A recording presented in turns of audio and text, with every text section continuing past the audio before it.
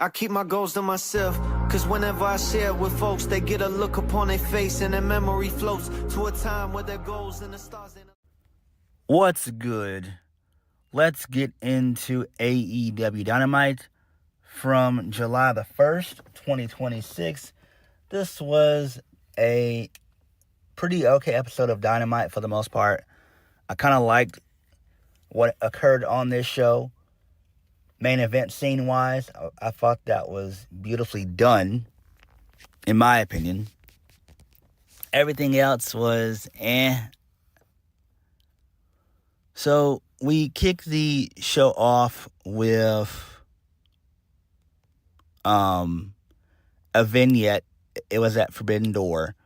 So, Will Ospreay, he says that he can't, says that words can't describe how he feels right now, and he's got so much more room to breathe.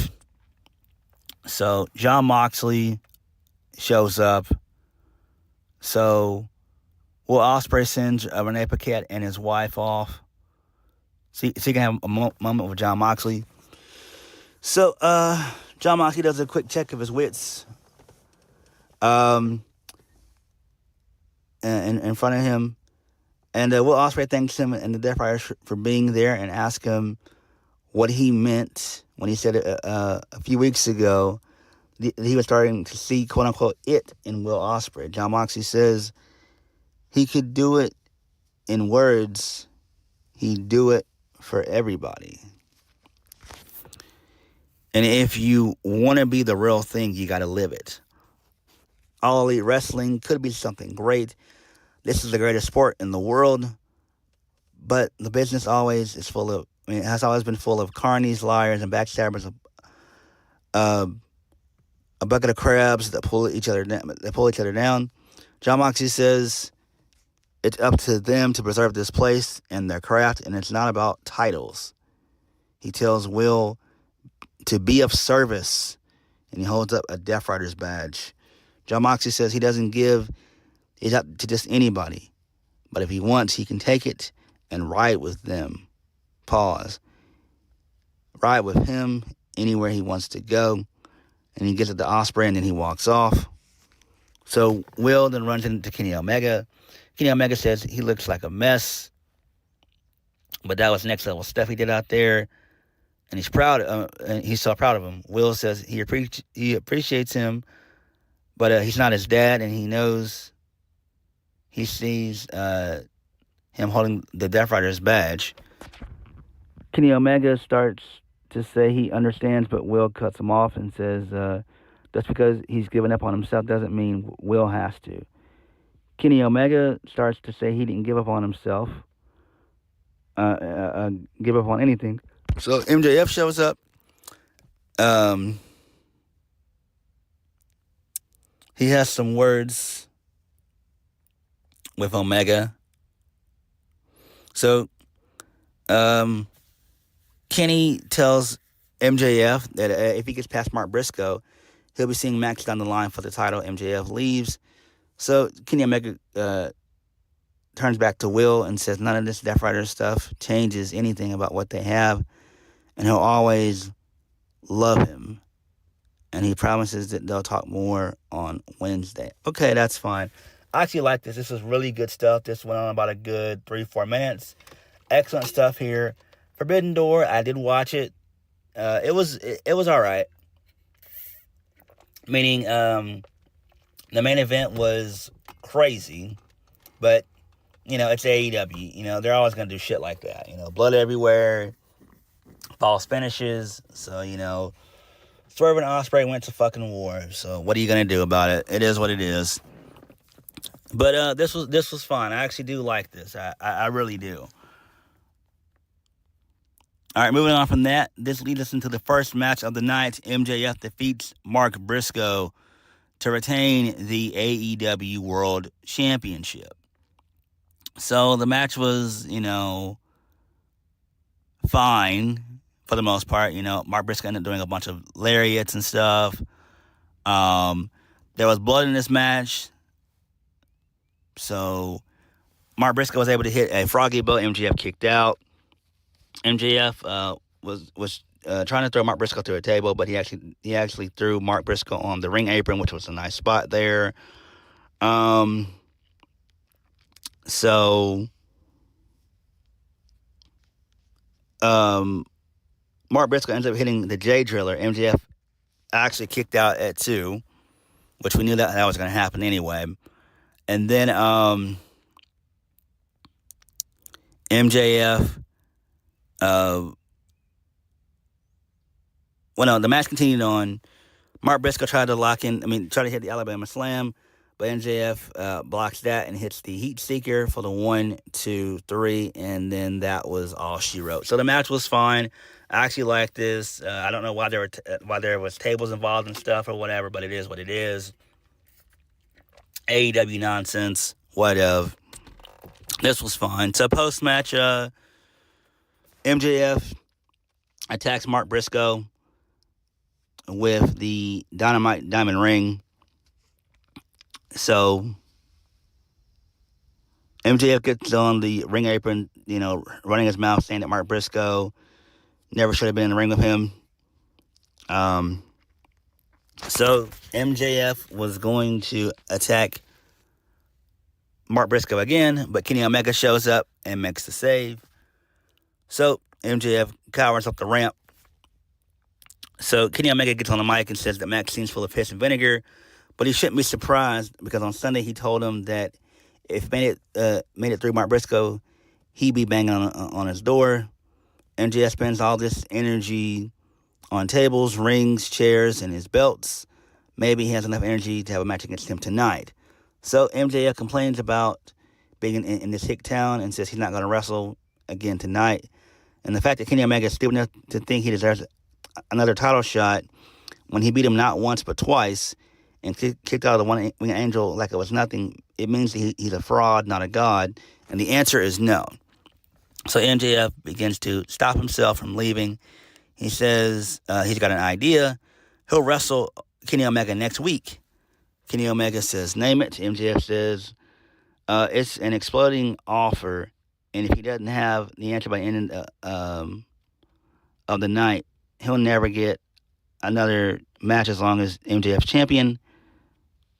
So next week at Beach Break, it's going to be Kenny Omega versus MJF for the AEW World Title. If Max wins, Kenny Omega will never be able to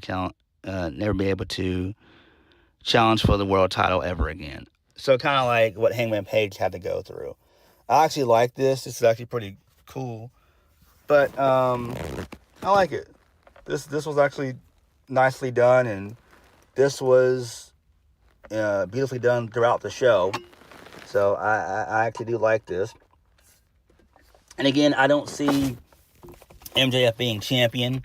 I do think he'll end up losing either next week or at Redemption. But we'll talk about that as we get closer to the end of the show. Moving on, this leads us into MJF. He was backstage talking to Renee Paquette. So, he scoffs at being asked if he's prepared for Kenny Omega. But he first addresses Andrade El Idolo and tells him that payback is coming and he won't know when or where. But when it comes, it'll hit him like a ton of bricks. After being prepared, he rattles off a top list of top talent from Bryan Danielson and Jon Moxley to Hiroshi Tanahashi and Kyle Fletcher that he's beaten, and he points out that Omega's 2-0 against him. The best wrestler in the world isn't the best bout machine or the aerial assassin. The best wrestler in the world is MJF, and it's moot because because Kenny Omega won't accept his stipulation because he's literally gutless. I like that. That's all right there. So Will Ospreay shows up and tells him to be careful about talking to Kenny Omega like that so he doesn't break his neck. He asks why the stipulation, and MJF says it's because he's a champion and you're not. And whether anyone likes it or not, he'll see Will's pale ass at Wembley. Okay, I like that. That's pretty okay there. Good stuff. Moving on from that, Andrade El Idolo, he's out next. He's interviewed by Tony Schiavone. So Andrade shakes Tony's hand and listens with a grin on his face. Schiavone talks about him taking his shirt off at Forbidden Door, Death's Door, to reveal the fuck Don Callis, fuck MJF T-shirt, which was great. I love that. That was excellent. I love that. Andrade says he's done with Don Callis, and it's time to become the AEW World Champion. So he's got one question, and the crowd chants, "How you know? How you know?" I love that. So the Don Callis family, they show up and they beat the shit out of Andrade. So he gets taken out by Don Callis. Jake Dole, Brian Cage, Lance Archer, and Kevin Knight. So he gets beat up by all those guys. So Don Callis gets on the mic and asks Andrade how he knows before telling his guys to get that trash turncoat out of his sight, because Kevin Knight has a match to win. So then they throw Andrade out the ring and everything else. All right, that's fine. Whatever. Andrade being kicked out of the Don Callis family is great. I loved it. Excellent stuff. Andrade never needed Don Callis, really, right? The Don Callis family is one of the most useless factions in AEW next to the Death Riders. They're kind of neck and neck, if we're being honest. Yeah. Moving on from that, so this leads us into Mercedes Moné. So she brags about winning the Owen twice and how she raises the standard everywhere she goes. And the AEW Women's World Championship is the last piece of what is already hers. Okay, I like that. That's fine there. I am kind of excited for her versus Tekla at All In Wembley. That should be kind of fun. That should be pretty fucking fun, because Tekla kicks ass. All right, moving on from that, Kevin Knight defeats Lio Rush to retain the AEW TNT Championship. Who really cares? I feel bad for Lio Rush. I really do. So, post-match, Darby Allin shows up. He gets on the mic, and he said he thinks that he's got Kevin Knight's attention, and he wants a TNT Championship match. And if he says no, what happens at Death's Door will keep happening. And further, Kevin Knight started it, so he's going to finish it. Kevin Knight says that he's tired of Darby Allin and his jackass little stunts. So if he wants a match. So Don Callis then takes the microphone away from Kevin Knight and tells him to listen, because this is important. Darby has been a great wrestler and a great champion. The problem is at the pay-per-view, that little stunt he pulled where he almost killed Kevin Knight, he crossed the line from wrestler to criminal. I'm like, damn. And the Don Callis family does not reward criminal behavior. So he'll never get a match with Kevin Knight as long as he has something to say about it. So Darby grins at Don Callis and says if that's what Kevin wants to do, he dug his grave. So Don Callis rants about how Darby Allin should be in a cell because he's a psychotic criminal. But Darby just laughs. Okay, whatever. That's fine. Moving on from that, this leads us into Tommaso Ciampa. He's interviewed by Renee Paquette backstage. He says Chris Jericho is a bully, and Renee is gonna right the wrong by telling everyone in the world that he's better than Chris Jericho. So Jericho attacks him with a trash can out of nowhere. There's a brawl that ensues and everything else. They continue to brawl. Tommaso Ciampa brings out a damn drill. I'm like, damn, is this Home Depot or some shit? So Jericho's able to get out of Dodge with that, and that was interesting. So I do like that. So security, they break it up and everything. Pretty good stuff, though. I like this. I really do. I really do. This match should take place at Redemption. I think they're gonna have it take place on Collision, which is dumb. Because this match should really take place in Canada at Redemption. Because I mean, Redemption is it's going to be in Canada. So why the fuck would Chris Jericho not? I don't know. Maybe I wasn't paying hard enough to the screen, paying attention to the screen when they mentioned Collision. Maybe it's going to be a contract signing. I don't fucking know. I really don't. All right, moving on from that. This leads us into the Elite. So, Renee Paquette gets invited into their locker room. So Kenny's hanging out with the Bucks. So Matt Jackson says 2 Elite comrades have been put up against this stipulation. Nick Jackson says he's a gambling man and he believes in Kenny. Kenny steps in and says they're not done talking it out, and he hasn't made a decision yet. And if he can't challenge for the title, what's left in it for him? When he thinks back to his first reign, he needed help. He went to a dark place, and he didn't like the man he became. So if he takes this match, he loves the Bucks. But it's win or lose alone. Matt says, of course, and they support him, and then they'll go with that.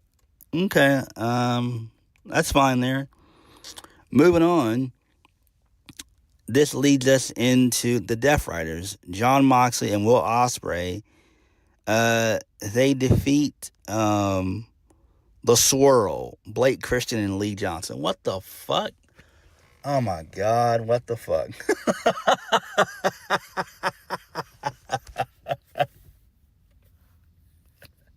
What the fuck? What in the fuck is this? The Swirl?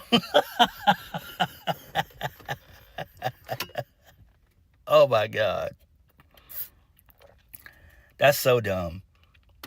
This is pathetic. I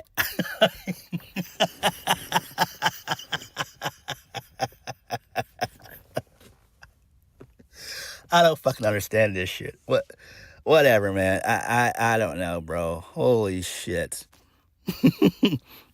So, Will gets the win via the Hidden Blade, whatever. So, post-match, Will and Jon Moxley, they dap each other up, so, there's that. All right, moving on from that, Edge and Christian, their interview backstage. Christian Cage wants to know, what was the deal with Switchblade Jay White? Edge says that he owed him a favor and he called it in. That's all. Christian says before Jay got hurt, he had serious issues with him, and he still does. And he leaves abruptly. That Edge complains about it.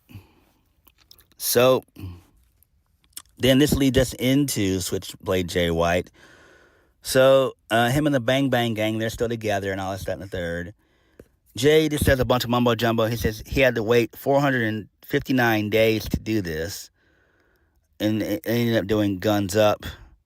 So he puts over the Bang Bang Gang and everything else, and then he talks about the dogs and his history with Clark Connors and his old friend David Finlay Jr. and all that jazz, and how they go back to the New Japan Dojo all the way back in 2015, which was 11 years ago. Who gives a shit? He puts over David Finlay and all this, that, and the third, and all that stuff. So Jay calls him a Nepo baby bitch boy, which is hilarious. So Jay continues to ramble on. He says David will breathe with him because this is still his era, the Switchblade era. So, there's that. I don't really care about this. I feel bad for Jay White. Jay White deserves better, man. The fact that he's tied down to the Bang Bang Gang and all this other shit is pathetic, dude. Whenever his contract is up, man, I really want him to venture off into NXT. I really fucking do. I mean, I like Jay White. He's solid, but damn, come on, bro. Whatever. For him to be feuding with that filth known as David Finlay is just, it's sad. It's fucking sad. Moving on, Shane Taylor Promotions, they're on this show for whatever reason, and then they want to face the Bang Bang Gang on Collision. Don't care at all. What a joke. Moving on, this leads us into the main event of the evening, wrestling-wise. It was the survival of the fittest match for the TBS Championship. So Hikaru Shida won. She ended up defeating Harley Cameron, Chris Statlander, Persephone, and Queen Aminata, and Maya Kay. So, I mean, this was fine. I mean, it sucks that Statlander didn't win. The finals came down to her and Hikaru Shida. So Persephone came in towards the end of the match. She ended up whacking Chris Statlander in the head with the championship, and then Hikaru Shida ended up hitting her finish for the 1, 2, 3, and then that was it. So there's that. This was fine, I guess, but again, I am ready for Chris Statlander to be done with AEW. It's time for her to either go to TNA or MLW or NXT. Get her the fuck away from AEW, please. She is rotting away there. Like, they do not care about this girl anymore. Like, her time in the sun has been long over and done with. And it's actually quite pathetic because, you know, she's solid, so whatever. All right, moving on from that, Kenny Omega shows up before he makes his entrance. So, Ospreay says that he wants Kenny to win the title so they can fight at Wembley, but is he sure he's doing the right thing? Kenny Omega asks if he doesn't believe in him, and Will says he believes in him. But he's not sure if he believes in himself. Kenny says this might be his last chance. This is his death ground, and he's going out guns a-blazing. So Kenny Omega comes out, puts himself over, says that he's been in the business for almost close to 30 years, more than half his life. He says that he's always loved it, from him being a 14-year-old boy to a 42 broken down man. You get the same Kenny Omega 100% every single time. He said he's won titles, broken records that may never be broken again. He continues to put himself over, and talks about, you know, stuff at Wembley and all that jazz. So Kenny says if he fails like Cody, like Hangman, just another man who can never challenge for the title again, the question is, the cost is too damn high. The answer is no. If Max wins, he'll never see him in the title match again. And wouldn't that make MJF happy? Kenny Omega says that he's still the best bout machine. He's still the cleaner. And he's still, and still to some out there, he's still the god of pro wrestling. He can't lie. One more chance to beat the brakes off of Max while he's still healthy. He can't pass it off. So will he accept MJF's offer? The answer is yes. So then MJF attacks Kenny Omega, and MJF tries to pull out the Dynamite Diamond Ring, but Kenny Omega fights back and everything else. Then they continue to brawl. Then security shows up to pull apart both guys and everything. And then MJF gets out of the ring. He holds up the title, and security is holding him back, and then that was it. So this is fine, I guess. Do I think that MJF loses next week? I'm going to go out on a limb and say yes, he will lose. And the reason is I think that Andrade is going to show up next week to kind of cost MJF the match. And then you end up doing the rematch at Redemption. And Kenny wins. And then going into Wembley, we do Andrade and MJF, right? MJF does not need the title. He was always going to have a short reign anyway. The Darby title fiasco should never really happened around WrestleMania weekend. That never should have really even happened. But that's just me. But that was months ago. But, well, that was a couple months ago. But that's what I think is going to happen. I know people think that Mick Foley is going to show up and kind of cost MJF. That could be a possibility, but I don't see Mick Foley wrestling in that way. Apparently, his contract is up with, his Legends deal is up with WWE completely. It's over and done with, so he's a free man. So, there's that. But I don't see at Wembley, I don't think it's going to be wise to do MJF versus Mick Foley. I think that's dumb as fuck. I think if they're going to bring in Foley for good, I feel as though they should bring him in as a GM type of role, right? TNA has authority figures, and WWE, they've always done authority figures. And so why shouldn't AEW follow suit? I think that makes the most sense. But overall, the show itself was okay. I like what they're doing with MJF and Kenny Omega. The MJF Mark Briscoe match was fine. Too much blood, but it's all right. Will Ospreay joining the Death Riders, and that's fine too, but I don't think that's going to really last for too long. But I do see Kenny winning next week, because there's no point in them doing the stipulation with Omega and having him lose, because if Omega loses, then what the fuck happens at Redemption, right? But it could be, maybe Omega loses by DQ, and then maybe Tony Khan reverses the decision. Well, let's say the MJF cheats to win, basically, to beat Omega. Tony Khan reverses the decision. And then maybe at Redemption, it's MJF versus Kenny Omega. And maybe we get a special guest referee and Mick Foley or something like that or whatever. I don't know. But I got a feeling that maybe Omega is going to end up winning next week. I think that'll make the most sense.